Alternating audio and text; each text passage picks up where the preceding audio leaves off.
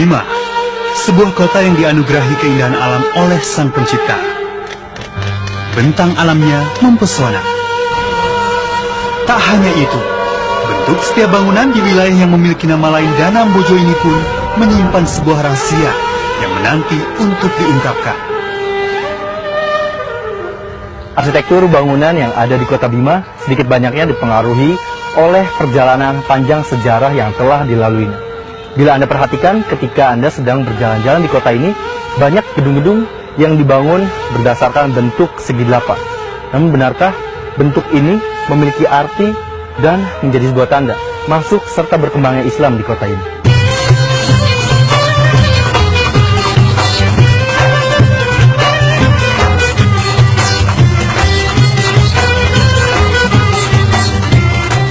Bentuk segi delapan merupakan sebuah konsep pemahaman masyarakat Bima sejak dahulu dalam menentukan pemimpin mereka. Bentuk ini dikenal dengan nama Guswaru. Guswaru itu kan 8 sendi kepemimpinan di tanah Bima ini. Dulu proses pengangkatan kepemimpinan itu melalui tahapan yang dinamakan Guswaru, 8 sendi kepemimpinan itu.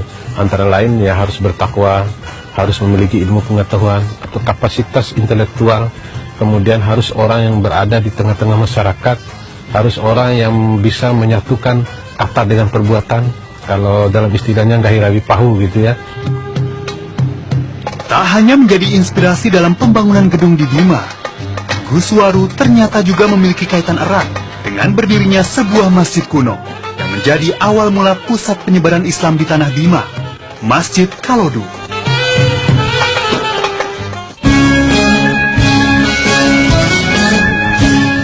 Pembangunan Masjid Kalodu berawal dari pelarian putra mahkota yang bernama Lakai untuk menghindari niat jahat sang paman Salisi yang ingin mengambil alih kekuasaannya.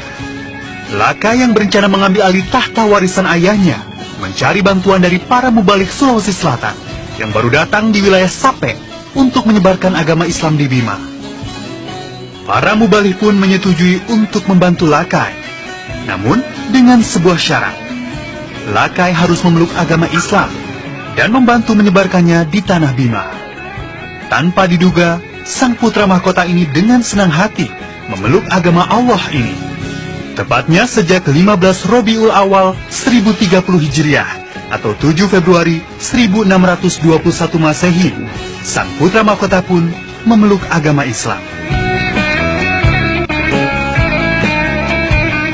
Bersama para pengikutnya, Lakai kemudian kembali ke daerah Kalodu untuk bersembunyi, menanti bantuan sekaligus melakukan syiar agama Islam.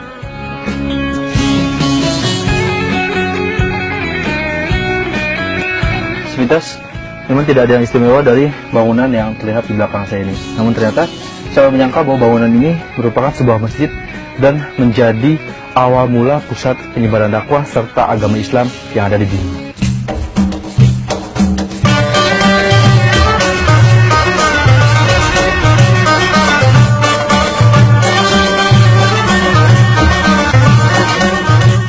Masjid Kalodu ini dibangun dengan bentuk segi 4 sama sisi.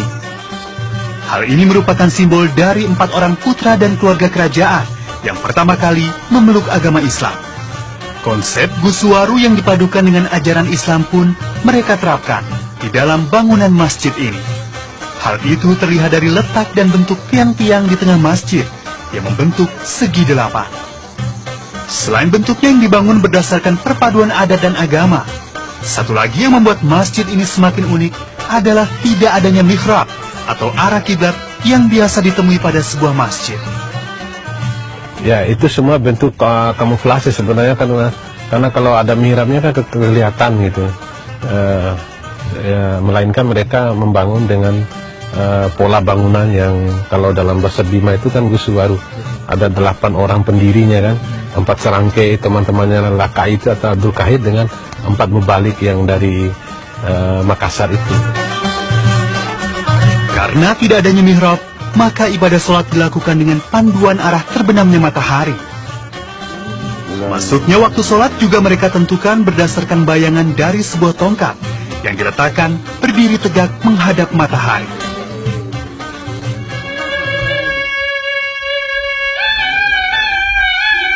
Dalam dakwahnya, Lakai yang telah mengganti namanya menjadi Abdul Qahir menggunakan kebudayaan serta tradisi lokal untuk menarik warga sekitar agar memeluk Islam. Perlahan, dakwah Abdul Qahir membuahkan hasil. Seluruh masyarakat desa di sekitar masjid akhirnya memeluk ajaran Islam. Karena hal itu pula, Masjid Kalodu dikenal sebagai Masjid Kamina, yang berarti masyarakat yang pertama mengaminkan atau menyetujui untuk masuk Islam. Bantuan yang diberikan oleh kerajaan dari Sulawesi Selatan akhirnya membuahkan hasil pada tahun 1640 dan mengembalikan sang putra mahkota pada tahtanya. Sejak saat itulah penyebaran Islam di Bima pun semakin meluas dan turut mengubah kerajaan Bima menjadi kerajaan yang berasaskan Islam yang dipimpin oleh Sultan Abdul Qahir. Semakin melekatnya agama Islam di Bima dapat pula terlihat dari lambang Kesultanan Bima yang berbentuk burung Garuda kembar. Hal ini menjadi falsafah kerajaan yang berdasarkan dui sila, yakni hukum adat dan hukum Islam. Masjid Kalodu kini masih berdiri kokoh dan telah menjadi cagar budaya yang dilindungi negara. Para sesepuh desa juga masih melestarikan tradisi yang sejak dulu ada di masjid ini. Mereka duduk berkumpul pada 8 tiang untuk melakukan pengajian dan pengkajian. Dalam setiap kajiannya, mereka saling bertukar pikiran dan membahas satu demi satu ayat Al-Quran untuk ditelaah sesuai pemahaman mereka. Salah satunya adalah mereka mengibaratkan sholat 5 waktu seperti bagian tubuh mereka. Bila satu saja tidak dikerjakan, maka mereka akan cacat selamanya.